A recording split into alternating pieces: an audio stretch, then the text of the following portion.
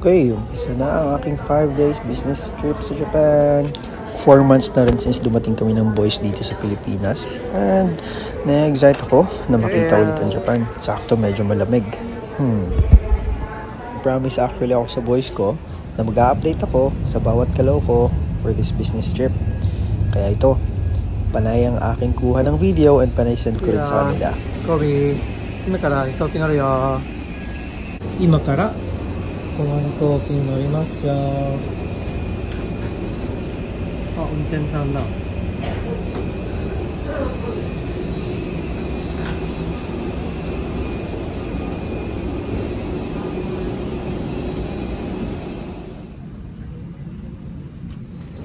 Okay, Japan na ulit. Wow, medyo malamig pero masarap sa feeling.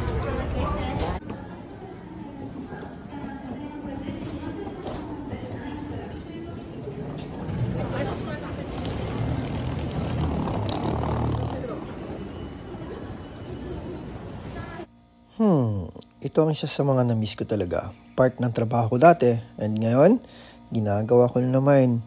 Kaya siguro may mga bagay na sadyang nasa right timing lang talaga. Kobe, Papa ne, mo Nihon ni tsuita yo.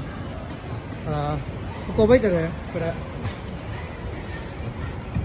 Yosho, ma. Ina-update ko na naman yung boys ko. Una, patungkol sa weather. Tapos, ano yung gagawin ko from here.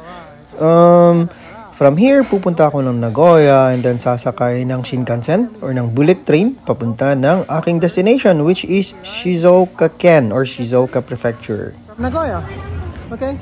See you later. Love you, kuya. Love you, Kobe. Mwah.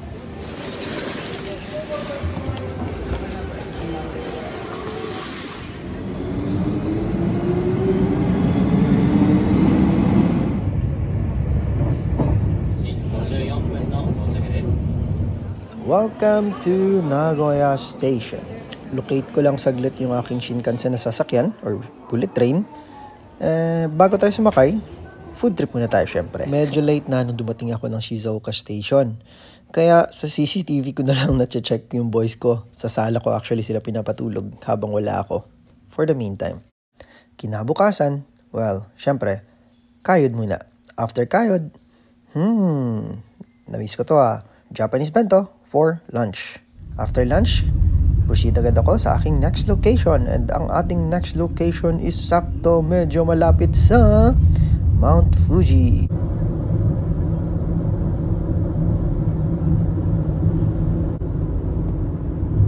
Ang ganda niya talaga. Well, ma-share ko lang. Na-reach ko ng tok-tok niyan. Siyempre, pagkatapos ng trabaho, hindi mawawala ang pakikipag-bonding natin sa ating mga boss. Ang ganda ng pinuntahan naming izakaya. Seafood lahat ng kinain namin. Sarap. Kinabukasan na naman another food trip. Pero this time, kasama ang aming chairman. Konting meeting, tapos pupunta na ako ng Nagoya!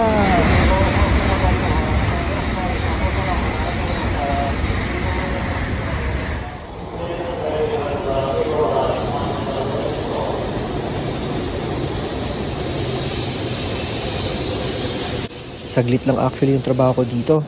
Pero, hindi ko pwedeng hindi kitain ang aking daughter na si Kaide. Pagkatapos makapag-spend ng quality time with Kaide, in-invite ko na rin ang aking mga friendships. Inabot ko agad sa kanila ang aking simpleng pasalubong. Pero hindi mawawala ang aking pasalubong para kay Kaide. Kilala actually ng mga kaibigan ko si Kaide. After ng set of friends na ito, isa na namang friend yung kinita ko. Pagkatapos nun, naglambing ang aking beautiful daughter. Message, please. Do you have any message? No. I love you. Hey love, you got your heart on your sleeve, but the shirt on your back's a bit small. Hey you, yeah your colors are changing, the world ain't half bad after all. Na na na na.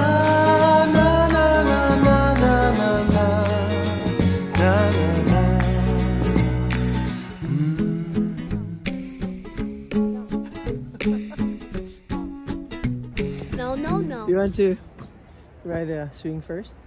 No. Yeah? Okay. くらい怖いやだ Bago ang flight ko pabalik ng Pilipinas, bilan muna natin ng pasalubong ang aking boys.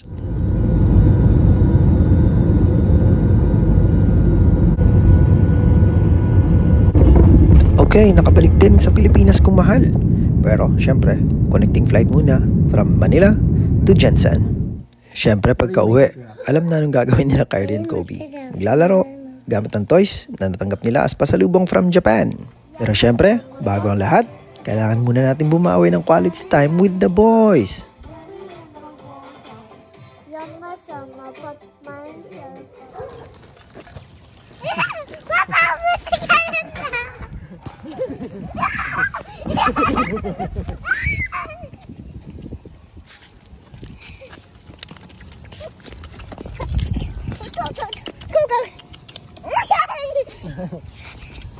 Go!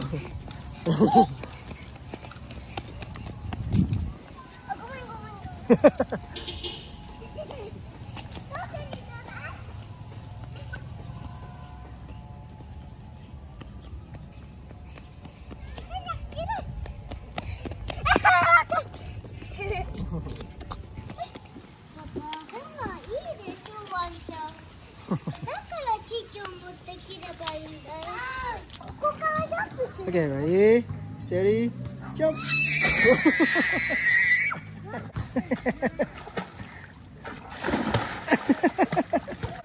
準備 OK せーの Oh! Kayo!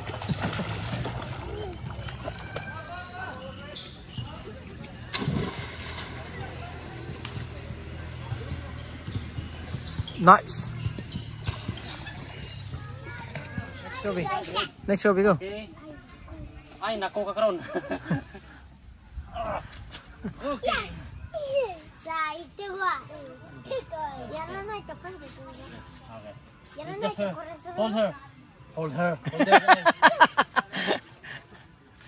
Sige, palak pa. Lumay. Big.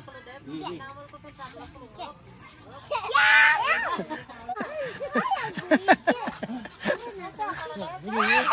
これね、クヤ、これやって。そう、それでね、歩くの。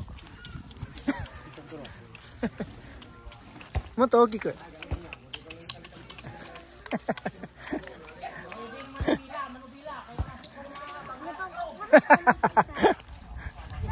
ダ